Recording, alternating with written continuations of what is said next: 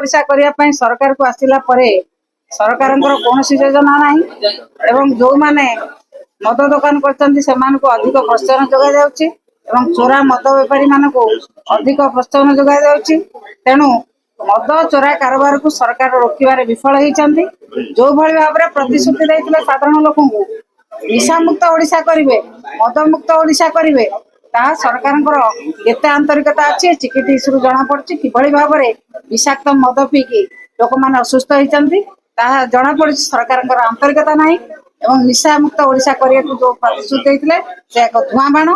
ସରକାରଙ୍କର ଆନ୍ତରିକତା ନିଶା ବନ୍ଦ କରିବା ପାଇଁ ନାହିଁ, ଚୋରା ମଦ ବେପାରୀଙ୍କ ସହିତ ସଲାସୁତରା କରି ଲୋକମାନଙ୍କୁ ହଇରାଣ କରିବା ଏବଂ ଲୋକମାନଙ୍କ ଜୀବନ ପ୍ରତି ଯୋଉ ବିପଦ ସୃଷ୍ଟି ହଉଛି ସେଥିରେ ସରକାର ଉଚିତ ପଦକ୍ଷେପ ନେବା କଥା, ସେ ପଦକ୍ଷେପ ନେଉନାହାନ୍ତି। ମ୍ୟାଡାମ କଲେଜ ଇଲେକ୍ସନ କଥା ଉଠେଇକି ଆଜି ଗୁଡ଼ାରେ ହଙ୍ଗାମା କରୁଛନ୍ତି, ବିଜେଡିର କଣ ଦାବି ରହିବ କଲେଜ ଇଲେକ୍ସନ ନେଇ? କଲେଜ ଇଲେକ୍ସନ ସରକାର ଯାହା ଚିନ୍ତା କରିବେ, କଲେଜ ଇଲେକ୍ସନ ପାଇଁ ସବୁବେଳେ ବିଜେଡି ପ୍ରସ୍ତୁତ ଅଛି। କଲେଜ ଇଲେକ୍ସନ କରାଉ, ଆମେ ମଧ୍ୟ ଦାବି କରୁଛୁ କଲେଜ ଇଲେକ୍ସନ କରାଯାଉ।